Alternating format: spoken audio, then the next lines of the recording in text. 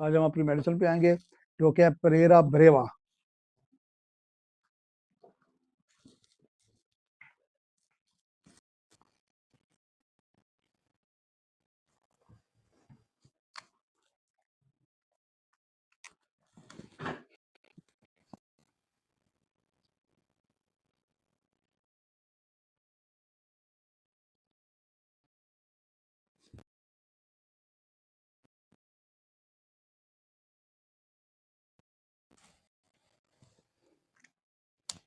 ये बहुत छोटी सी मेडिसिन है, चंद बोरिक में चंद लाइनों की मेडिसिन है, लेकिन काम बहुत बड़े बड़े करती है।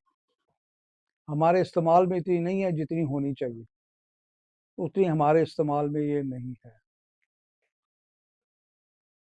तो अब देखिए कि इसमें क्या चीज़ है, क्यों इतनी मशहूर है और क्यों इतनी इस्तेमाल नहीं होती। इसमें आपकी किडनी की प्रॉब्लम, मेन आपके किडनी स्टोन्स, इससे रिलेटेड आपकी यूटीआई की प्रॉब्लम, इससे रिलेटेड आपकी प्रोस्टेट की प्रॉब्लम, इससे रिलेटेड आपकी यूटीआई की प्रॉब्लम, ये सबको कवर करती है और बड़े अच्छे तरीके से करती है। स्टोन के लिए भी ये बड़ा अच्छा काम करती है। जब आपकी स्टोन की मेडिसिन अकॉर्डिंग टू सिम्टम भी कुछ रह जाती है देने से, तो फिर वहाँ पे ये काम करती है। ऐसे आप अमूमन स्टोन के लिए बर्बेरस देते हैं, लाइको देते हैं, कलकेरिया रीनालिस देते हैं, आप चाइना देते हैं, कलकेरिया काब देते हैं, मेडोरिडम देते हैं, यूरिक एसिड देते हैं, यूरिया देते हैं, आप बर्बेरस पदर टेक्सचर में देते हैं, आप एपीजिया देते हैं, आप हाइड्रेजिया देते हैं, आप अर्टिका यूरिस देते हैं, लेकिन बाज़ का नहीं ठीक होता। फिर आप सोचते हैं, आप किताब निकालते हैं, आप रेपर्टी में देखते हैं, फिर अगर रेपर्टी में परेरा ब्रेवा लिखी होती है, आप वो देते हैं तो मरीज ठीक होना शुरू हो जाता है। अब बाज़ का आप देखें कि आप सिनेशियो देते हैं तो मरीज ठीक होना शुरू हो जाता है। और ये परेरा ब्रेवा आपकी स्टोन पेन के लिए बहुत ही अच्छी बात का काम करती है, जब दूसरी दवाइयाँ रह जाएँ। चाहे आपको राइट साइड का पेन है या लेफ्ट साइड का पेन है, परेरा ब्रेवा बड़ा अच्छा काम करती है और आपकी स्टोन को भी ये खारिज करती है।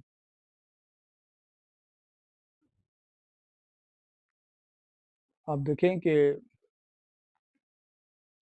हमारे होम्योपैथी क्लेम करती है, और ये बड़ा वाज़ेह क्लेम है कि होम्योपैथी का गुर्दों का इलाज होम्योपैथी पे बड़ा अच्छा होता है, उसमें कोई शक नहीं। कि हर जो मरीज़ आपके पास आएगा, हो सकता है कि 90% के पास बरबैरस उसके हाथ में पड़ी होती है दवाई, कि ये मैं पी रहा हूँ, ये मेरे गुर्दों में स्टोन था। लेकिन बरबैरस तो आपके लेफ्ट साइड पे काम करेगी, उसकी सिम्पटम होंगी तो वो काम करेगी कि उसकी अंदर बबलिंग की सेंसेशन हो, जैसे किडनी में कोई चीज़ उबल रही है, उसकी पेन रेडिएट करेगी तो लेफ्ट साइड के टेस्टिकल की तरफ जाएगी, नस्वाबिका की लेफ्ट साइड की टेस्टिकल की तरफ जाएगी। अगर औरत है तो उसकी ओवरी की तरफ जाएगी, उसकी निचले बाएं तरफ पेट के निचले हिस्से में, राइट इलियक फोसा या लेफ्ट इलियक फोसा, वहां तक पेन रेडिएट करेगी। लेफ्ट साइड पे कर रही है तो नक्साबिका है आपकी, कालोसिन आपकी बर्बेरस वल्गैरिस है। राइट साइड पे करेगी तो आपकी लाइको है, आपकी सिनेशियो है, आपकी परेरा ब्रेवा भी करती है, बेलाडोना करेगी। अगर ये पेन आपकी रेडिएट करती है टेस्टिकल तक जाए तो ओवरी तक, तो ये काम करेगी। लेकिन अगर साथ जलन होती है, आप यूरिन में बर्निंग है, चाहे वो बिफोर है या वाइल है या आफ्टर बर्निंग है, तो आप देखें कि उसके लिए आप कैंथरस भी देते हैं, उसके लिए साफ सुप्रिला भी देते हैं आप। जैसे जनरली मैं आपको बता रहा हूँ कि जहाँ केस क्रिटिकल होगा, केस आपको फंसेगा, तो वहाँ आपको सिम्टम तो लेनी लेनी है, चाहे वो किडनी स्टोन क्यों ना हो। अगर कहीं फंस गया है, आप देखेंगे इतने बड़े स्टोन है कि आपका 3.5, तो इससे भी बड़ा सेंटीमीटर का स्टोन है, एक है, दो हैं, तीन है, बाज का नहीं निकलते, तो फिर आप क्या करते हैं? फिर आप कभी यूरिक एसिड दे रहे हैं, कभी यूरिया दे रहे हैं, कभी मेडोरिनम दे रहे हैं, कभी सल्फेट आप दे रहे हैं। अगर उसकी माइंड को सुगत परख लें, माइंड के मुताबिक दे दें, तो वही स्टोन टूटना शुरू हो जाता है। वैसे अगर मैं आपको बताऊं, जनरली, क्योंकि बहुत सारे लोग कहते हैं हमें कोई टिप्स मिल जाए, कोई नुस्खा मिल जाए, तो मैं आपको बताता हूँ। अगर राइट साइड पे लाइक है स्टोन तो आप लाइको दें, लेफ्ट साइड पे है तो बर्बेरस दें, राइट पे है या लेफ्ट पे है तो ओसीमम कैंसाब दें दूसरे दिन, तीसरे दिन को कालोसिन दें, और फिर चौथे दिन से उनको सुबह आप क्लियर रिनालिस दें, कैंथारस दें दोपहर को, शाम को साल्सिफिला दें। अगर लेफ्ट साइड पे है वर्बेरिस पे क्यू में या 1x में, राइट साइड पे है तो हाइड्रेजिया दें क्यू में या 1x में। ये जो मैं नुस्खा बता रहा हूँ, इससे आपके 50% के स्टोन के कामयाब रहेंगे इंशाल्लाह। तो आप दें, ट्राई करके देखें, चाहे इसको होम्योपैथी समझें, इसको एक कम्बिनेशन समझें, लेकिन ये अल्टरनेट देना है, एक वक्त में एक दवाई देनी है और आप कवर कर रहे हैं। बात का आपके पास पेशेंट ऐसा होता है कि जी पेशेंट आया जी मेरे भाई को स्टोन है, क्या करेंगे, उसको ये भी नहीं पता राइट पे लेफ्ट पे, तो फिर आप ये दवाई उसको देंगे। आपको फ़ोन आजकल आते हैं, आपको ऑनलाइन मरीज आते हैं कि जी हमें दवाई, आपके पास टाइम ही नहीं उनका हिस्ट्री लेने का, आप क्या करेंगे। तो अगर ये नुस्खा देंगे आपके 50% कामयाबी आपको होगी इंशाल्लाह। उसके बाद अगर आप देखते हैं केस फंसता है, तो फिर आप उसकी सिम्टम लेंगे। हमारी मेडिसिन से बड़े स्टोन भी निकले हैं और छोटे स्टोन भी एक एक दिन में, 2 दिन में निकले हैं, और कुछ टाइम भी लगता है। बड़े से बड़ा जिसको एलोपैथ डॉक्टर अल्ट्रासाउंड करते हैं, स्टेग हार्न है जी, ओ हो जी, ये तो मसला ही हो गया जी, गुर्दा ही आपका खराब हो गया, प्लस हाइड्रोनेफ्रोसिस आ गया, प्लस फुलनेस ऑफ किडनी आ गई है, वो उसको कहेंगे आपका गुर्दा ही खराब हो गया जी, फारे इतने डरा के भेजते हैं कि वो आपसे भी डर के कहते हैं जी अगर इलाज है तो करे, वरना मुझे ऑपरेशन करा दे, मैं अपना गुर्दा निकलाता हूँ, ये ना हो कि मुझे दूसरा गुर्दे से भी हाथ धोने पड़े। तो ऐसा नहीं है, चाहे वो स्टेज हार्न एक है या दो हैं, आपकी दवाई से निकलेंगे इंशाल्लाह। जो मैंने नुस्खा बताया ये दे, अगर सिम्टम नहीं ले रहे, वरना उसके सिम्टम लें, उसके माइंड पे जाएं, उसकी मोडेलिटी पे जाएं, स्टेज हार्न टूटेगा और निकलेगा, आप देखिए। वही अल्ट्रासाउंड करने वाला परेशान होगा कि ये क्या हो रहा है। ये भी याद रखिए आप। कश्मीरी चाय पिए हैं भाई, ये किसी के जुर्माने के तौर पे पी रहे हैं। वो पता चलेगा और जुर्माने वाला खुश हो, आज डॉक्टरों की हाजिरी कम है, जुर्माना कम हो गया थोड़ा, वरना तो बहुत ज्यादा होता है। हाँ 40 का पैसा ना आज।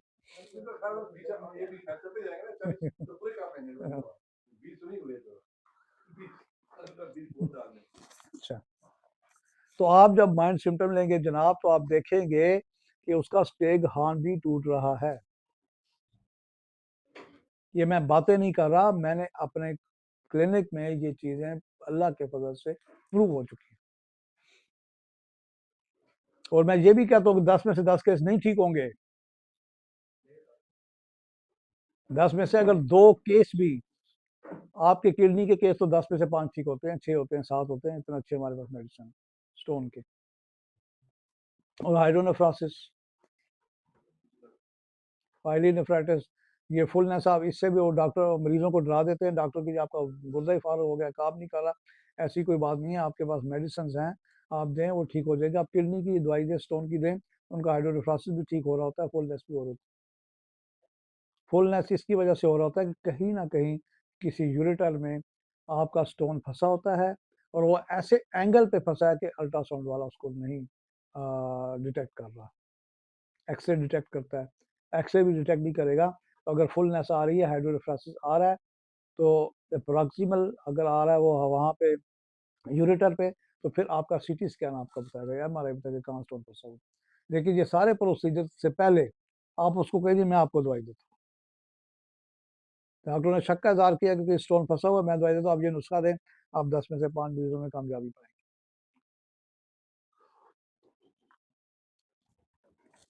किडनी की और बहुत सी प्रॉब्लम्स हैं, जैसे एक मेन प्रॉब्लम किडनी फेलियर क्या हुआ, हम फिर किसी सब्जेक्ट में किसी लेक्चर पे डिस्कस करेंगे, आज सिर्फ किडनी स्टोन पे मैं चल रहा हूँ, क्योंकि ये भी उससे ज़्यादा प्रॉब्लम है कि हर 5वें 6ठे बंदे में किडनी स्टोन आ रहा है, और आजकल हर 8वें 10वें बंदे में, 12वें बंदे में आपका गॉल ब्लैडर स्टोन भी आ रहा है। तो इससे ना घबराएं, आप भी घबरा जाते हैं, डॉक्टर भी उनको अल्ट्रासाउंड वाला घबरा जाता है और फ़ौरन ऑपरेशन की दावत देता है, इतना सा भी स्टोन है, कहते हैं जी ऑपरेशन करवाएं बस, गुर्दा बचाएं। गॉल ब्लैडर वालों को तो बख्शते नहीं ना, बस जी कराएं, ऑपरेशन ही कराएं जी, वरना कैंसर हो जाएगा, ये आपका सीबीडी में फंस जाएगी, ये आपकी किसी नाली में फंस जाएगी, तो फिर आपको कैंसर हो जाएगा, फलां हो जाएगा, या आपका पित्ता फट जाएगा। मरीज इतनी तशवीश में, इतनी खौफ के साथ आता है कि आप सोच भी नहीं सकते। इसी तरह किडनी की वो कह रहे हैं जी हाइड्रोनेफ्रोसिस हो गया, बस दूध ही सारा खाना, ऐसा नहीं है। उनके पास मेडिसिन नहीं है, उन्होंने इतने तजर्बे किए हुए हैं। उन्होंने पीसीएनएल एक सिस्टम बनाया हुआ है, वो लेटेस्ट कहते थे, उसकी बड़ी तारीफ होती थी। पीसीएनएल के ये आएगा, किडनी के सारे पेशेंट ठीक हो जाएंगे, लेकिन वो भी किडनी से स्टोन नहीं निकाल सकते। फिर लिथोट्रिप्सी उन्होंने एक निकाला, लिथोट्रिप्सी से जी आप स्टोन को तोड़ देंगे रेस के जरिए, वो निकल आएगा, वो भी आधा अंदर रह जाता, नहीं निकलता। आखिरकार फिर रिकरेंट दोबारा बनता है, ऑपरेशन करना पड़ता है, लेकिन अगर आप अपनी दवाई दे दें उसको तरीके से, तो आपके वो स्टोन निकल आते हैं जो एलोपैथिक साइड पे फंसे होते हैं। लेकिन कुछ केस ऐसे होते हैं, 10 में से 1-2, जो कि ऑपरेटेबल होते हैं, ऑपरेशन से ठीक होते हैं, तो वो ऑपरेशन भी करा लेते हैं। लेकिन अगर मैं कहूँ कि सबसे अच्छी रेशो हमारी किडनी की तरफ है, स्टोन की तरफ है, होम्योपैथिक दवाइयों से इससे काम नहीं किया जा सकता। 10 में से 5-7 केस आप दवाइयों से उनके स्टोन निकल रहे हैं, जो बहुत बड़ी कामयाबी है।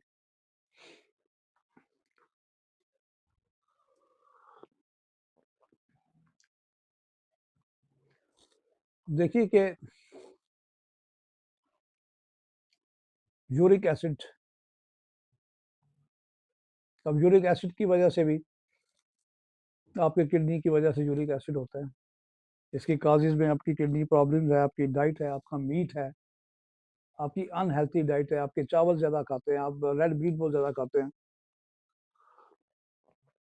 याद रखिए, अगर आपका विटामिन डी भी कम है तो आपको यूरिक एसिड हो सकता है। विटामिन डी भी लेंगे तो यूरिक एसिड का पेन ठीक हो जाता है।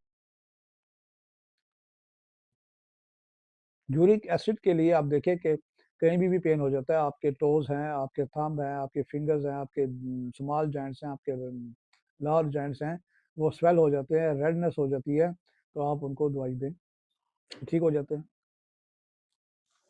मरीज आके कहते हैं हम इतने अरसे से वो वाली दवाई खा रहे हैं, इतने अरसे से वो खा रहे हैं, इतने वो छोड़ते हैं, हमें दर्द फिर हो जाता है। ठीक है, वो एक किस्म की यूरिक एसिड की पेन किलर ही आप खा रहे हैं। जब उसकी काज को दूर करें, अगर उसकी खुराक में मीट ज़्यादा, रेड मीट, तो वो कम करें और फिर अपनी दवाइयाँ दें सिम्टम के मुताबिक, तो वो ठीक हो जाता है। तो इसमें 5-6 महीने लगते हैं, अगर आप लगातार दवाई दें तो उनकी यूरिक एसिड की मेडिसिन छूट जाती है और मरीज ठीक भी हो जाते हैं। अब इसकी मेडिसिन कौन कौन सी आप देंगे? सबसे पहले कोशिश आपकी होनी चाहिए, पहली और की, कि उसके माइंड सिम्टम पे आए, उसको दवाई पहले दिन से शुरू कराएं। फिर उसके बाद जो सिम्टम में है, साइन एंड सिम्टम पे है, वो भी आपकी काउंट होती है, वो दें। और इसके ज़्यादातर जोड़ जो है, जिसको बाद में गाउट बन जाता है, आपके टोज है, आपका एंकल है, आपके थंब है, आपके स्मॉल जॉइंट्स हैं, वहाँ पे स्वेलिंग होती है और रेडनेस हो जाती है। अमूमन आपके एंकल पे या टोज पे आप देखें कि रेडनेस होगी, हीट होगी, उसको फिर आप बेल देंगे। लेकिन जहाँ आप गलती क्या करते हैं, बेल 30 दी, 15 दिन के लिए भेज दिया, 30 काम नहीं करती, अक्यूटनेस है वहाँ पे, इन्फ्लेमेशन हुई हुई है, इन्फेक्शन हुआ हुआ है। आप उसको बेल हाई में देंगे तो वो ठीक हो शुरू हो जाए। अगर यूरिन में साथ कोई प्रॉब्लम आ रही है कि यूरिन में कोई सेडिमेंट आ रहा है, यूरिन में कोई स्मेल आ रही है, ऑफेंसिव यूरिन है, यूरिन कोई आपका झाग बन रही है, फ्रोथी यूरिनेशन हो रहा है, फोमी हो रहा है, तो फिर आप साथ एसिड बेंथ देंगे, आप प्यारेबेंथीना देंगे, आप चेलिडोनियम देंगे, आप कैजुप्टम देंगे, तो आप अल्टी का यूरिन देंगे, तो फिर मरीज ठीक होना शुरू हो जाएगा। इनमें से कोई भी दवाई एक आध साथ देनी पड़ेगी, तो आपका यूरिक एसिड ठीक होना शुरू हो जाएगा। सबसे पहले उसकी खुराक को चेंज करें, उसका फूड एंड रेजिमेंट चेंज करेंगे।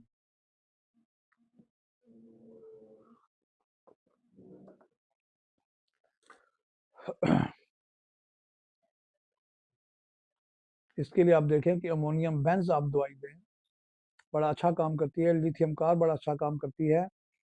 अर्टिका यूरेंस बड़ा अच्छा काम करती है। मैं एपिस भी देता हूँ, क्यू में भी देता हूँ, लगातार 1-2 बोतलें पिए, उससे भी मरीज ठीक होना शुरू हो जाते हैं। अर्टिका यूरेंस है वो काम करती है। फिर आप देखें कि प्रोस्टेटाइटिस है, प्रोस्टेटाइटिस की वजूहत बहुत सारी हैं। आपके कोई बैक्टीरिया है, वायरस है, आपका यूटीआई का प्रॉब्लम है, किडनी स्टोन की हिस्ट्री है, आपका कोई यूरिया क्रिएटिनिन की हिस्ट्री है, तो आपको प्रोस्टेट हो जाता है, आपको कॉन्स्टिपेशन है, आपको प्रोस्टेट हो सकता है। और मेनली प्रोस्टेट क्या है कि ये एक दूध है छोटा सा मसाने में, जो कि औरतों में नहीं होता, मर्दों में होता है।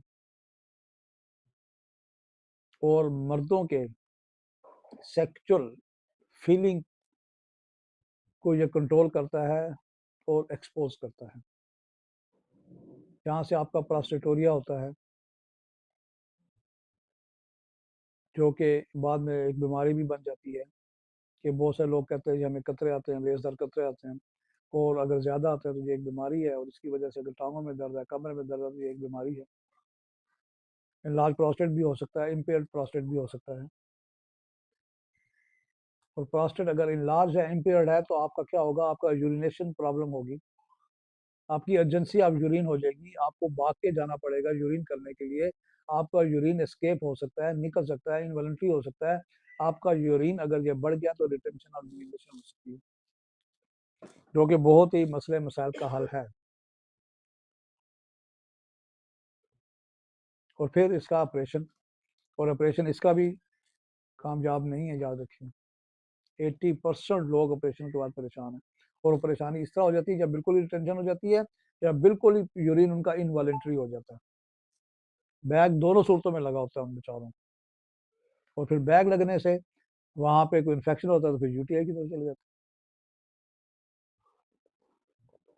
तो हमारे पास ब्रेरा ब्रेवा जो है, ये प्रोस्टेटिस की भी बहुत अच्छी दवाई है। आप देखें कि हमारी सिम्टम कैसी हैं। अगर प्रोस्टेटाइटिस की वजह से आपको यूरिन की प्रॉब्लम है, किडनी पेन की वजह से आपको यूरिन की प्रॉब्लम है, अगर आप यूरिन बैठ के नहीं कर सकते, दवाई और है। आप तकलीफ की सूरत में खड़े होकर करते हैं तो दवाई और है। बाज़ अगर आपको ऐसा करना पड़ता है कि दोनों हाथ घुटनों पे रख के खड़े होकर रुकू की सूरत में पेशाब करना पड़ता है। बाज़ अगर आपको सजदे की हालत में जाके पेशाब करना पड़ता है, कि घुटने भी ज़मीन पे, हाथ भी ज़मीन पे, और फिर प्रोस्टेट अपनी ऐसी जगह पे आता है कि पेशाब का फ्लो ठीक होता है। कि हमारे पास मेडिसिन है इन सब चीज़ों पर, अच्छा काम करता है। अगर आपको घुटनों के बल, आपके रानों पे हाथ रख के पेशाब करना पड़ता है घुटनों के बल, तो फिर प्रेरा ब्रेवा बहुत अच्छा काम करती है। और अगर झुक के करना पड़ता है, बिल्कुल आपको झुकना पड़ता है, फर्श पे जाना पड़ता है, तो फिर आपकी कास्टिकम बड़ा अच्छा काम करती है, आपकी मेडोरिनम बड़ा अच्छा काम करती है। ये मुख्तलिफ किस्में हैं प्रोस्टेट की, एनलार्जमेंट की, कि वो जब एनलार्ज होता है तो अपनी जगह से डिसप्लेस होता है, तो वो फिर आपके यूरिथ्रा के आगे आता है। तो कभी किस कंडीशन में वो यूरिथ्रा से हटता है तो आपका ठीक हो जाता है।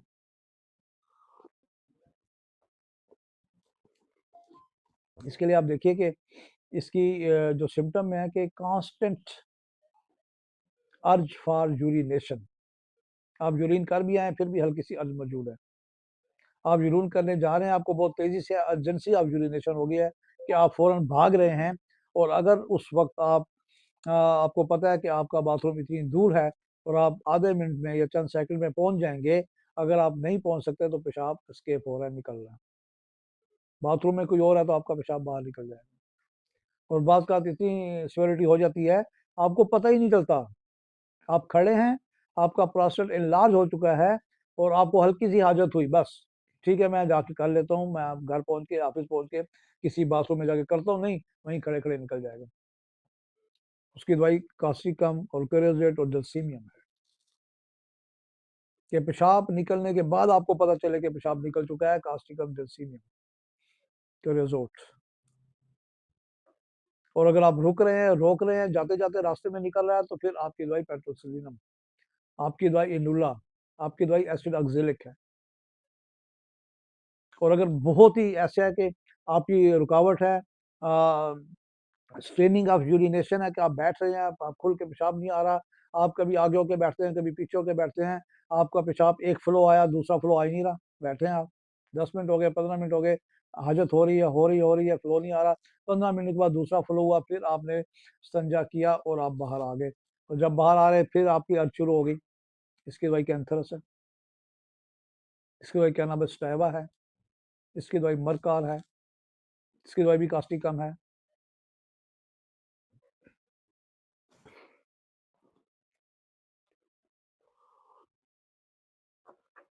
और जब ये प्रॉब्लम रहती है लगातार, बर्निंग होती है, बिफोर आफ्टर वाइल बर्निंग है, तो फिर कैंसरस दवाई दें, हाई पोटेंसी देंगे तो या काम चलेगा, याद रखिएगा। लो में आपका टाइम ज़ाया हो सकता है, क्योंकि ये एक्यूट पेशेंट है सारे, कि उनको जब पेशाब का ख्याल आता है खौफ शुरू हो जाता है, पेशाब का ख्याल आता है भागना पड़ता है कि निकल ना जाए, फिर वहाँ एसिड एक्सालिक काम करेगी,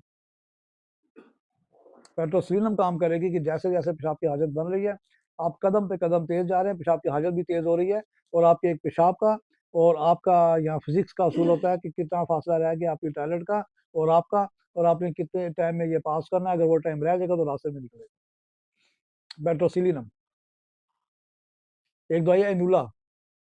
आजकल पेशाब की इतनी तकलीफें ज़्यादा होती जा रही हैं, आप सोच भी नहीं सकते। जवान बंदों को, जवान औरतों को, लड़कियों को, मर्दों को, लड़कों को पेशाब नहीं रुक रहा जी, पेशाब जा रहा है, पेशाब ज़्यादा हो गया जी, मसाना कमज़ोर हो गया, अल्ट्रासाउंड कराया, प्रोस्टेट बिल्कुल ठीक है, कोई प्रॉब्लम नहीं प्रोस्टेट की।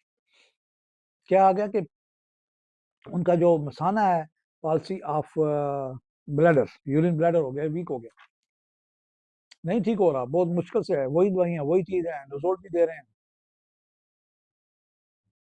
लेकिन आपको मैं एक नुस्खा बताता हूँ, causticum 1 ml, पेट्रोसिलिनम 1 ml, Enola 1 ml और एसिड अक्सालिक 1 ml।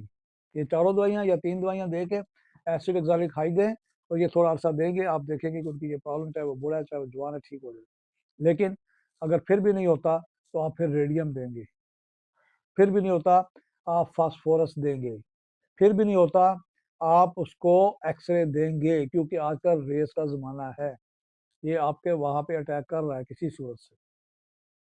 ये जो आपकी मोबाइल की रेज है, आप हाथ में रखें, आप गोद में रख के बैठे रहते हैं, आप गोद में रख के जनाब जेब में रखा हुआ है मसाने के नज़दीक, तो ये सबसे ज़्यादा मसाने पे असर कर रहा है, फिर आपके टेस्टिकल पे, स्पर्मेटिक कार्ड पे असर कर रहा है। फिर इसकी ताकत है मोबाइल। हेलियोस लेबॉर्ट्री ने मोबाइल बनाई है, कमाल लेबॉर्ट्री ने मोबाइल बनाई है, वहाँ से आप 200 लें, 1 ml लें, 10 ml दें, और ये साथ आप लगाएं, एक्सरे लगाएं, आप फास्फोरस लगाएं, आप रेडियम लगाएं, आप देखेंगे कि ये दवाइयाँ काम करना शुरू कर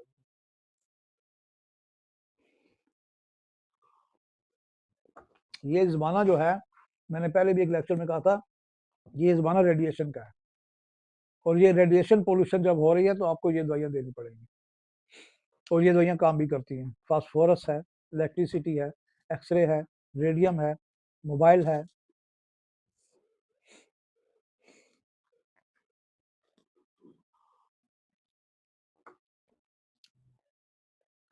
आप ये देखें कि इसी से रिलेटेड है यूटीआई, वो भी आपकी प्रॉब्लम किडनी से शुरू होती है, आपके यूरिटर में हो सकती है, आपके यूरिन ब्लैडर में हो सकती है, आपके यूरिथ्रा में हो सकती है, कहीं पे जोर ज़्यादा है, कहीं पे हल्का है, जहाँ जोर ज़्यादा है मरीज़ वही आपके अलामत बताता है, लेकिन आपको पूरी यूटीआई का इलाज करना है। अब यूटीआई का क्या है कि इसकी काजेज़ क्या हैं, इसकी काजेज़ में मेन आप टेस्ट कराएंगे, इसका कल्चर कराएं यूरिन का, तो इकोलाई आ रही है, कैलसबिला आ रही है, सोडोमोनास आ रही है, प्रोटियस आ रही है, इंट्राकोकस आ रही है, कि सबसे ज़्यादा इकोलाई आती है। आप इकोलाई दें, साथ बार बार रिपीट करें, साथ अकॉर्डिंग टू सिम्टम उसको दवाई दें। करपास आ रही है, उसको आप कैनाबिस टाइवा दें, आप कैंथरस दें, आप कोपेवा दें, आप सिपिया दें, अगर क्रॉनिक है बेडोरिनम दें, थूजा आपको देनी पड़ेगी साथ, और आपके यूटीआई के केसेस भी ठीक होना शुरू हो जाता है। आप मरकार दें, आप देखेंगे कि यूटीआई इतना मसला है पूरी दुनिया का कि मुश्किल से ठीक होता है, लेकिन ये ठीक हो जाता है। इसके काजेज में भी एनलार्ज प्रोस्टेट है, इसकी काजेज में भी डायबिटीज़ है, इसके काजेज में भी आपकी इम्पेयर्ड फूड है, इसके काजेज में भी आपकी जेनेटिक्स है, पीछे से आ रही है, इसके काजेज में आपका इम्पेयर्ड सेक्सुअल प्ले है, जो मेन काजेज है मगरब की तरफ, यूरोप की तरफ। यहाँ एक डॉक्टर साहब थे, वो कहते हैं जी, जब मेरे पास मरीज आता है और कहता है मैं बाहर से आया हूँ, यूरोप से आया हूँ, तो मैं अपना फर्ज समझता हूँ कि उसको मेडोरिनम 1 ml या CM दे दूँ, चाहे उसने एक्ट किया है कि नहीं किया, लेकिन वहाँ की आबो हवा से आया है, वहाँ की आबो हवा में जरासीमों में आपका ये है, यूटीआई है, गनोरिया है, सुजाक है, तो आप उसको मेडोरिनम देते हैं, आप दे सकते हैं।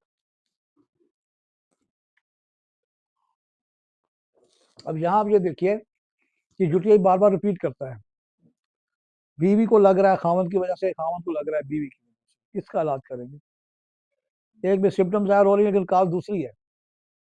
आप इसका इलाज करेंगे, दोबारा हो रहा है, दोबारा हो रहा है, तो बेहतर है अगर मियाँ या बीवी को किसी का, तो एक दफा दोनों को बुला के सिम्टम लेके दोनों को मेडिसिन दी, दोनों को मेडोरिन दी जाए, दोनों को इकोलाई दी जाए, दोनों को या सोडोमोनास दी जाए, दोनों को एंट्रोटॉक्सिन दी जाए, या दोनों को प्रोटीज दी जाए, तो दोनों ठीक हो सकते हैं। वो ठीक इसी तरह नहीं होते। आप देखेंगे एक बेबी है, वो बार बार बीमार है, बार बार बीमार है, उसको कह रहे आपने किसी के कपड़े पहन लिए हैं, किसी के अंडर गारमेंट्स पहन लिए हैं, आपकी डिलीवरी सही नहीं हुई, आपकी सफाई सही नहीं है, आपने किसी बाहर के वॉशरूम में, पब्लिक प्लेस में इस्तेमाल किया तो हो गया, आपने किसी के कपड़े पहने हैं, लेकिन हो रहा है उसके हस्बैंड की वजह से। बाज का जरूरी नहीं कि हस्बैंड ने कोई इम्पेयर सेक्स प्ले किया हो, जरूरी नहीं है। किसी की उसने पैंट पहनी, हॉस्टल में रहते हैं, किसी का अंडरवियर पहन लिया, कोई नहा लिया ऐसी जगह पे जाके, आप स्विमिंग कर रहे हैं, वहां से आपने ये ले लिया इकोलाई, आपने नो ये सोडोमिनास वहां से हासिल कर लिया, कहीं और से हासिल कर लिया, तो एक दफा बुला के दोनों को दवाई देना जरूरी है, उनको समझाएं कि ऐसा भी है, मैं दवाई आपको देता हूँ। एलोपैथिक एंटीबायोटिक देते हैं, एंटीबायोटिक देख के क्या होता है मुझे पता है, control control control, not cure. अगर कोई क्यूरनेस में जिसको किसी वक्ती तौर पे किसी मेडिसिन से, किसी मीट से, किसी खुराक से हो गया, वो तो शायद ठीक हो जाते हैं, लेकिन जो हकीकतन जो होता है गोनोरियल ये प्रॉब्लम, वो नहीं ठीक होती, आगे सर्वाइव करती है, आगे फिर चली जाती है आपकी नेक्स्ट औलाद में। लेकिन होम्योपैथी की खूबी है कि वो लाखों अरबों डॉलर खर्च करके एंटीबायोटिक तक पहुंचे हैं, आपने कुछ भी खर्च नहीं किया, और आप माइंड पे जाके एक एक दवाई देते हैं, तो उनका ये प्रॉब्लम भी ठीक हो जाता है। शुरू की प्रैक्टिस में होता क्या है, आपने सुजाक पढ़ा, आपने सुजाक का चैप्टर निकाला, किताब खोली, आप बरकार दे रहे हैं, आप पल्साटिला दे रहे हैं, आप कैनाबस्टैवा दे रहे हैं, आप जनाब बर्कसाल दे रहे हैं, कैंथारस दे रहे हैं, जो दवाइयाँ जलन की वो दे रहे हैं, काज पे जा ही नहीं रहा, नहीं पढ़ाया गया, काज पे गए भी नहीं। आप काज पे जाएं, काज को रोके, फिर आप माइंड पे जाएं। कौन सी किताब में लिखा है कि माइंड पे जाएं? आप थेराप्यूटिक्स का डेस्क देख लें, आप देख लें बीमारियां लिखी हुई हैं, जैसे आप सपोज है कि आप देखें जी मैदे का अल्सर है, आप स्टोमिक अल्सर देख लें, गैस्ट्राइटिस है, ड्यूडल अल्सर है, आप देखें पढ़ रहे हैं, दवाइयाँ लिखी हुई हैं, काली बाइक्रोबिकम है, आर्सेनिक है, एसिड कार्ब है, आपकी आयरस है, आपकी रोबीनिया है, आपकी कार्बोवेज है, आपकी नेट्रम फार्स है, ये सारी दवाइयाँ लिखी हुई हैं। कहीं लिखा है कि माइंड पे जाएं? जब तक माइंड पे नहीं जाएंगे आपका अल्सर नहीं ठीक होगा। आप दबा सकते हैं वक्ती तौर पे ठीक कर सकते हैं, लेकिन ना उसकी अपनी दवाई छुड़ा सकते हैं, ना वो जो रोज मैप्रोजोल खा रहा है ना वो छुड़ा सकते हैं, जब तक के माइंड पे नहीं जाएंगे। आप माइंड पे जाएंगे तो वहीं पे उसका गैस्ट्राइटिस, चाहे वो ड्यूडनल है, चाहे कहीं भी है, चाहे उसको हाइटस हर्निया है, ये भी ठीक हो रहा है, आपको बता रहा हूँ। हाइटस हर्निया डॉक्टर कहते हैं नहीं ठीक होता, ऑपरेशन करना पड़ता है। हाइटस हर्निया का ऑपरेशन उतना ही पेचीदा है जितना आपका हार्ट का ऑपरेशन, जितना आपका CABG कैबेज का ऑपरेशन, उतना ही पेचीदा है। पूरी ये पसलियाँ कटती हैं, हड्डी कटती है, फिर नीचे से ठीक होता है। लेकिन हमारी दवाइयाँ कार्डिक टू सिम्टम दें, और सर माइंड को मत बोलें, आप दें, आप देखेंगे कि वो ठीक होना चाहिए।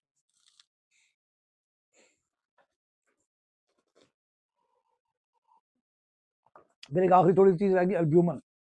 यह है तो बड़ी छोटी सी चीज, लेकिन बहुत ही मुश्किल पे फंसा हुआ। एल्ब्यूमन ठीक होना ही बड़ा मुश्किल हो रहा है। अव्वल तो लोगों को पता ही चलता, सारा साल कुछ एल्ब्यूमन आ रही है, पेशाब में थोड़ी सी जाग बनी, देखा खत्म होगी, फिर महीने बाद बनी, फिर 2 दिन बनी, फिर देखा कोई इग्नोर कर दिया, फिर देखा बार बार बनती जा रही है। याद रखिए कि जो जाग बनती है पेशाब में, और जाग 5 मिनट तक रहती है, उन सबको एल्बुमिनुरिया है, उन सबको यूरिन प्रोटोनुरिया है। अगर जाग 1 मिनट से पहले, 2 मिनट से पहले खत्म हो जाती है, तो फिर आपको किडनी की वजह से नहीं है, आपने जो खुराक खाई हुई है, आपके उस वजह से वो जाग बन रही है, या वो अल्कलाइन ज्यादा, अल्कलाइन एसिडिक ज्यादा हो गया पेशाब, तो आपकी जाग बन रही है। अल्कलाइन में रहेगा ज्यादा खुराक, ज्यादा इंटेक, तो आपका पेशाब अल्कलाइन में रहेगा, तो वो ठीक रहेगा, जाग भी बनेगी। तो अल्ब्यूमन अगर आप नहीं ठीक होगा, तो कल को जाके ये आपके किडनी फेलर बन जाएगी, कल को जाके ये हाइड्रोनेफ्रोसिस बनेगा, कल को जाके ये आपकी पॉलीसिस्टिक किडनी बनेगी, कल को जाके ये आपकी जो इसका है ट्रांसप्लांट का मोजम बनेगी, आज इस एल्ब्यूमन का नेफ्रोटिक सिंड्रोम बनेगी। आज इसका इलाज करें और उससे छुटकारा पाएं। इसमें भी आप देखें कि आप एक रूट कॉज पे जाएँ और माइंड पे जाएँगे। डॉक्टरों ने बहुत सारी दवाइयाँ लिखी हुई हैं, काल्सिकम लिखी हुई है, मरका लिखी हुई है, मरसा लिखी हुई है, ठीक है? फिर सोलिडेगो लिखी हुई है, केतारस लिखी हुई है, फिर फास्फोरस लिखी हुई है, अर्जेंटमनाइट लिखी हुई है, पढ़ेंगे इसके टॉपिक में यही दवाइयाँ आएँगी। लेकिन शायद शायद से कोई इनसे ठीक हो रहा है, जो कि बिल्कुल हल्का-सा क्यूटनेस का मामला है, लेकिन अगर इसकी प्रॉब्लम शुरू होती है आपकी किडनी से, वहाँ पे आपको पाइलेटस हो रहा है, वहाँ पे आपको कोई सूजन हो रही है, कोई वर्म हो रहा है, और जिसकी वजह से हल्का-सा यूटीआई भी हो रहा है और अल्ब्यूमिन बन रही है, आपका पेशाब जो फरोथी है, अल्ब्यूमिन से दवाई बन गई, आप वो दें, वक़्ती कंट्रोल करेगी क्योंकि वो एक नज़ोड़ बन गया है।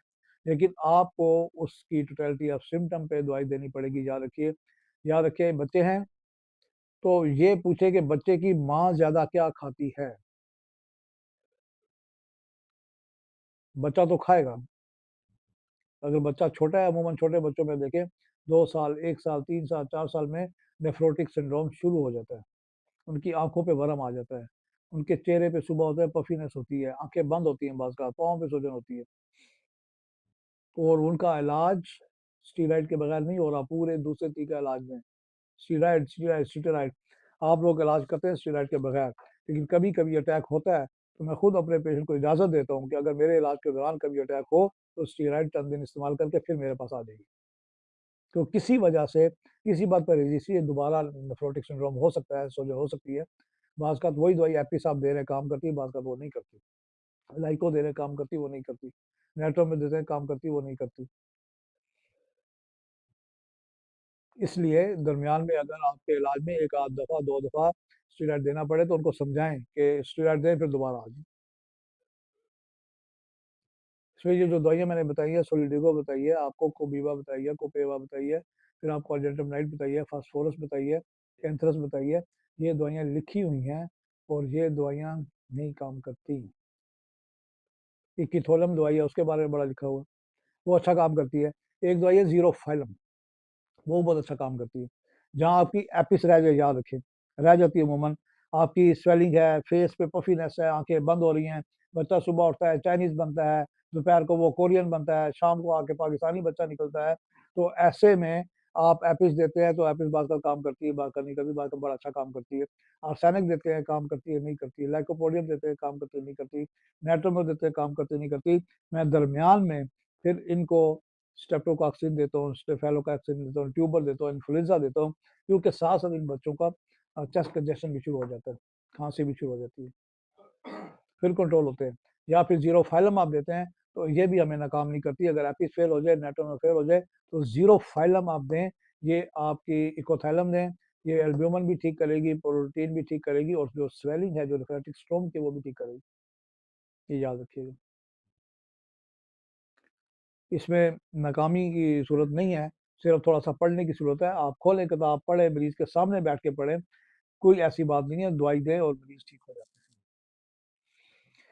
यहाँ तक कोई क्वेश्चन हो किसी के ज़हन में तो वो बता सकता है। कोई क्वेश्चन?